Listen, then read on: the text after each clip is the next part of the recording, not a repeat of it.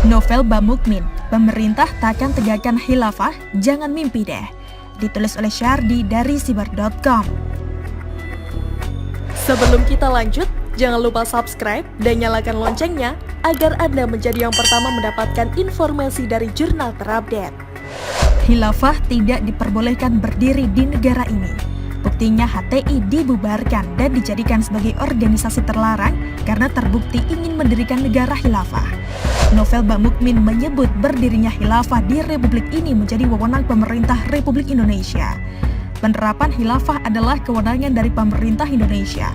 Kalau memang khilafah itu bisa ditegakkan dengan dakwah, dengan pendekatan baik yang diterima tanpa ada unsur pemaksaan atau unsur makar, kenapa tidak?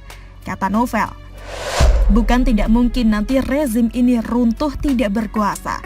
Khilafah tidak dilarang lagi di Indonesia.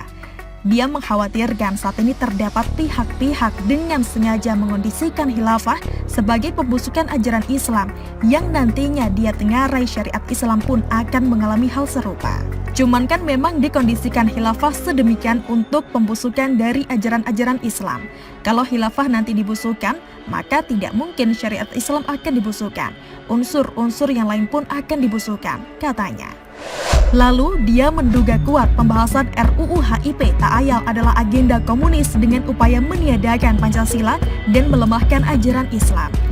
Dia kemudian menilai jika pemerintahan ini sudah tidak lagi berkuasa, bukan tidak mungkin ajaran khilafah bisa didiskusikan kembali.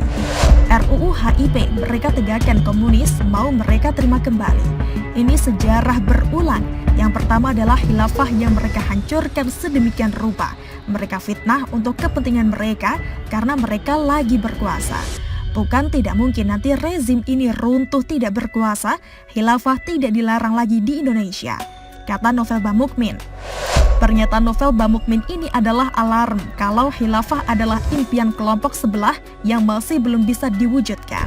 Mereka terus bermimpi karena suatu hari nanti mungkin ada peluang untuk menegakkan itu. Dan sayangnya, gerakan ini pelan tapi pasti mulai menjalar, menyebar dan sudah masuk ke segala lini, mulai dari instansi pemerintahan, BUMN, dunia pendidikan hingga rumah ibadah. Sistematis dan makin masif. Tinggal menunggu waktu yang tepat. Tinggal menunggu pemimpin yang mereka dukung menang pemilu atau pilpres. Kalau sampai itu terjadi, khilafah tinggal menunggu waktu saja. Ini juga bisa menjadi bukti kalau Novel Bamukmin beserta kelompoknya memang terang-terangan ingin negara ini menerapkan ideologi khilafah. Hanya saja mereka terlalu bodoh untuk konsisten. Ngakunya bela Pancasila tapi ujung-ujungnya kepingin khilafah dengan cara membangkitkan PKI dan menuding PKI lah sumber masalah dari negara ini. Padahal mereka inilah biang masalah di negara ini, menyusup dengan cara menutupi penampilan luar sambil menyembunyikan agenda terselubung. PKI itu tidak ada, justru khilafah nyata adanya. Buktinya ya orang-orang kayak Novel ini, pernyataannya jelas sekali, bela khilafah dan berharap tidak dilarang. Begini deh, khilafah itu bisa saja terjadi kalau ada pemimpin yang setia atau memang satu geng dengan kelompok sebelah. Lihat pemilu berikutnya nanti, siapa pemimpin yang mereka dukung. Kemungkinan itulah yang harus ditolak. Meski ada juga asas manfaat di balik ini. Misalnya Prabowo yang memanfaatkan kadrun dan ternyata mencampakkan kadrun dan bergabung dengan pemerintah. Tapi apapun itu, biar aman, lebih baik jangan pilih pemimpin yang didukung oleh kadrun. Ribet nanti urusannya. Kalau tidak gila khilafah, pasti kerjanya tak pecus dan penuh tipu muslihat. Kayak gubernur satu itu yang lagi disorot soal reklamasi. Buat Novel, salut dengan konsistensinya. Tapi ingat, banyak yang tidak akan tinggal diam melihat negara ini diubah ideologinya seenak jidat. Khilafah tanpa ada unsur pemaksaan, apa bisa? Kelompok sebelah baru secuil saja ributnya minta ampun. Gimana dengan kasus penolakan pembangunan rumah ibadah, demo orang yang beribadah? Itu pemaksaan atau toleransi ala kadrun. Mereka tidak akan bisa dipercaya, penuh kemunafikan.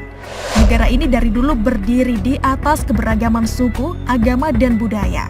Sedangkan keinginan kadrun adalah satu ideologi, perbedaan tidak diterima. Lihat saja beberapa tahun belakangan, budaya asli Nusantara berubah dikikis dan ditolak dengan alasan merusak akidah, tidak sesuai syariat Islam, mengumbar aurat, mengundang nafsu.